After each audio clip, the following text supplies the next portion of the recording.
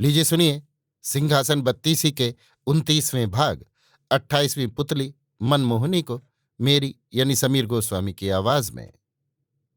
मनमोहनी 28वीं पुतली बोली कि सुन राजा भोज, राजा वीर विक्रमाजीत के समान बली साहसी ज्ञानी कली में दूसरा जो कोई हुआ हो तो मुझे बता दे, और जो मैं कहती हूं सो सच कर जान।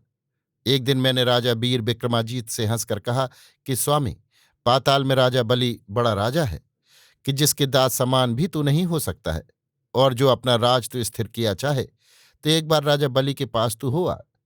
ये बात सुनते ही बेतालों को बुला आज्ञा दी कि पातालपुरी में मुझे राजा बलि के पास ले चलो। सुनते ही बेताल तुरंत ले उड़े और दम भर में पहुंचा दिया। राजा वो नगर देख भौचक हो रहा और अपने मन में कहने लगा कि ऐसा नगर कहीं आज तक नहीं देखा। मानिंद कैलाश के हो रहा है। धन्य राजा बलि को जो इस नगर का राज करता है। इस तरह से नगर देखता हुआ राजा की सिंह पौर पर जा खड़ा हुआ और हाथ जोड़ विनती कर द्वारपालों से कहने लगा, अपने राजा को मेरे आने का समाचार कहो कि महाराज, मर्तलोक से राजा विक्रम आपके दर्शन को आया है। ये सुन डिहुड़ी द्वार ने अपने राजा के पास जा विक्रम की खबर दी।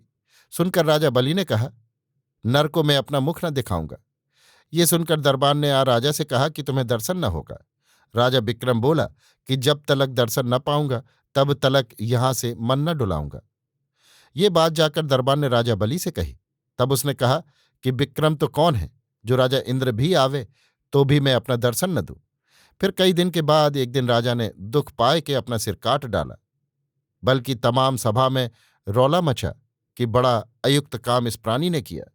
राजा ने बात सुन हंसकर आज्ञा दी कि अमृत ले जाकर उसे जिलाओ और कहो कि तुझे दर्शन होगा। तू अपने जी में न घबरा। इस वक्त तू जा और अपना राजकाज कर, और जब शिवरात्रि आवेगी तब तू आइयो, तुझे दर्शन मिलेगा। ये सुन एक दास राजा को अमृत ले गया और राजा वीर विक्रमाजीत पर छिड़क कर जिलाया। तब राजा सावधान हुआ, उठ बैठा। तब उसने राजा बलि का संदेशा सब कहा। सुनकर विक्रम बोला कि तुम ये बात कहकर मुझे क्यों बहकाते हो? मैं तुम्हारी नहीं मानने का।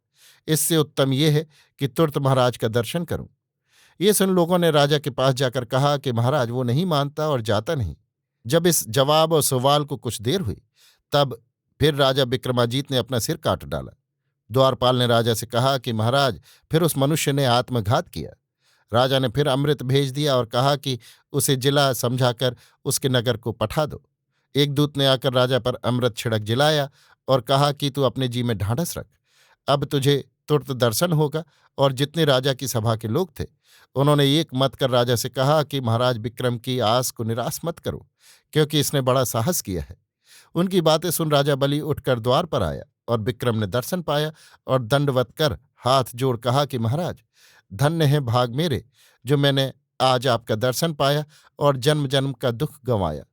फिर कहने लगा कि महाराज, क्या मेरा अपराध था जो आप मुझे दर्शन न देते थे?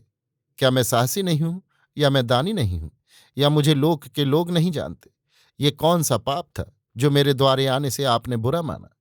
तब राजा बलि बोला कि सुन विक्रम, कुलनायक तेरे समान और कोई नहीं।